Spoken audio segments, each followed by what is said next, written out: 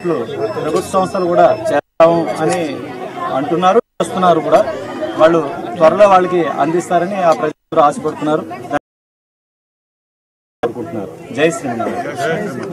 చేస్తూ ఉంటారు వ్యవసాయం. మరి వరద వచ్చినప్పుడు మీరు ఎక్కడున్నారు? కందుకూరులో ఉన్నారు. అంటే వరద వచ్చినప్పుడు మీరు ఇక్కడ లేరు. అంటే వరద వచ్చే టైంలో ఉన్న సామాను పువ్వులు అవన్నీ కొన్ని వస్తువులు తీసుకుపోయినా సార్. కొన్ని బియ్యము, వడ్లు. ఎన్నో తారీఖున వచ్చింది మీకు వరద? 3 సార్. అంటే వరద కారణంగానే మీరు బయట ఊరికి వెళ్ళాల్సింది సార్. వరద పైకి పెరుగుతుంది.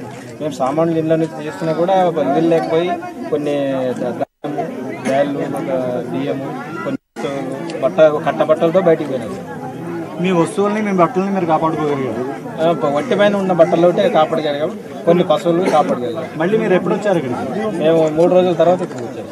మరి వచ్చిన తర్వాత మీ ఇల్లు అవన్నీ కూడా ఏ విధంగా ఉన్నాయి? మొత్తం మట్టి పేరుకుపోయింది సార్. అవి క్లీన్ చేసుకోవాలి, కనీసం 4 రోజులు పట్టింది. ఇప్పుడు మీ ఇల్లు బాగానే ఉన్నాయి? పర్వాలేదు సార్, బాగున్నాయి.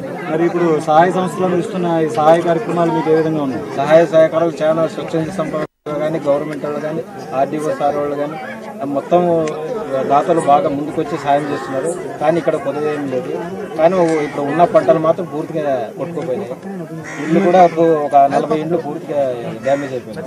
ఇప్పుడు మీ ఇళ్లలో మీరు మామూలుగా జీవనాన్ని గడుపుదామని అనుకుంటున్నారా, లేదంటే ఎక్కడికైనా వెళ్దాం అనుకుంటున్నారా? ప్రత్యేక స్థలం ఇస్తే గవర్నమెంట్ వాళ్ళు అక్కడికి వెళ్ళిపోయి ఇక్కడైతే ఇంకా ముందు ఎలాగుంటుందో చెప్పలేము సార్. వీళ్ళే చూపించారు ల్యాండ్.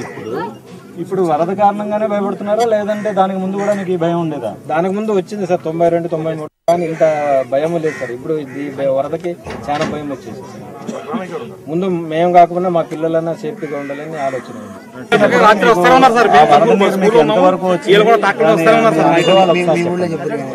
వరద నీళ్ళు సార్ గోపురం ఒకటే పైన కలసం ఒకటే కనబడుతుంది. సుమారుగా అది ఎన్ని అడుగులు ఎత్తుంటుంది? అది కనీసం 15 అడుగులు ఎత్తుంటుంది సార్. అంత ఎత్తులో మీకు వాటర్ వచ్చేంత వరకు మీరు ఈ గ్రామంలోనే ఉన్నారు? లేదు, ఆ పంటకి వెళ్ళిపోయారు సార్. పొద్దున్న వచ్చి చూస్తే అంతవరకు ఉన్నాయి సార్. పొద్దున్న పడవల్లో వచ్చారా? ఇలాగ వచ్చారు. తర్వాత నీరంతా ఎప్పుడు తగ్గింది మీకు? ఒక సాయంత్రానికి కొంచెం పూర్తిగా కొంచెం తగ్గింది సార్. అంటే అదే రోజు అక్కడ ఆనకట్ట ఆర్డీఎస్ ఆనకట్ట పోయింది సార్. అందుకోసం గట్టు దిగిపోయినందుకు స్పీడ్ తగ్గింది సార్. లేకపోతే ఇంకా కనీసం ఒక 6-7 అడుగులు.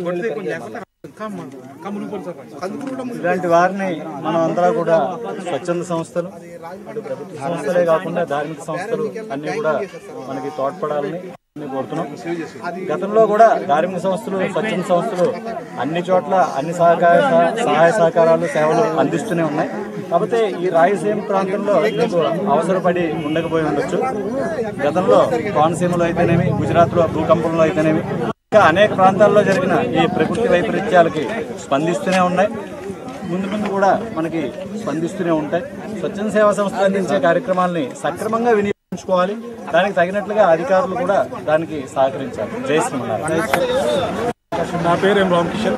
నేను స్పెషల్ డిప్యూటీ కలెక్టర్, స్పెషల్ ఆఫీసర్గా ఈ కోతాలము, కోసిగి మండలాలకు వరద సహాయము, పునరావాసము, శాశ్వతంగా జరగాల్సిన పనులు సూపర్వైజ్ చేయడానికి, ఇది కొంచెం వేగవంతం చేయడానికి వచ్చాము. ఈ 2 రోజుల నుంచి నేను కోసిగి, కోతాలం తిరిగి చూశాను. ప్రభుత్వము చాలా చురుగ్గా స్పందించింది ఇనిషియల్ స్టేజెస్లో. అందుకనే ప్రాణ నష్టం ఎక్కడ జరగలేదు. దాతలు కూడా గతం కంటే చాలా ఎక్కువగా వచ్చి తన సహాయ సహకారాలు అందించారు. ప్రభుత్వం కూడా ఎప్పుడు ఇవ్వనంత సహాయం కూడా ఈసారి అందించింది. ఈ కష్టకాలంలో అప్పటికప్పుడు ఉన్నటువంటి సహాయం వాళ్ళకు అందరికి అందింది. కానీ ఇంకొక 10-15 రోజుల తర్వాత వాళ్ళకు నిజ జీవితంలో వచ్చే కష్టాలు వేరు. వాళ్ళ ఆస్తులు కోల్పోయినరు, ఇల్లు కోల్పోయినరు. ఆ ఇల్లు పునర్నిర్మించాలి. ఆ కొత్త గ్రామాలలో నివాసం ఉండేటట్టు కావాలి. ఆ కట్టే వరకు కూడా వాళ్ళు ఎక్కడో దగ్గర ఉండే అవకాశం కావాలి. ఉన్న ఇళ్ళని కూలిపోయినాయి కాబట్టి ఆ టెంపరీ షెడ్స్ ఏర్పాటు చేయాలి. వాళ్ళ పొలాల్లో మేటేసింది అది పోవాలి. ఇవన్నీ పోతేనే వాళ్ళ బతుకు మళ్ళీ నార్మల్గా వస్తుంది. ఇవన్నీ జరగాలంటే ప్రభుత్వం చేసేదాంతో పాటు స్వచ్ఛంద సంస్థలు, పెద్ద ఆర్థికంగా బాగా ఉన్నటువంటి పారిశ్రామిక వర్గాలు, సంస్థలు దాతృత్వంతో ముందుకొచ్చి పర్మనెంట్గా కూడా ప్రభుత్వంతో చేయగలిపి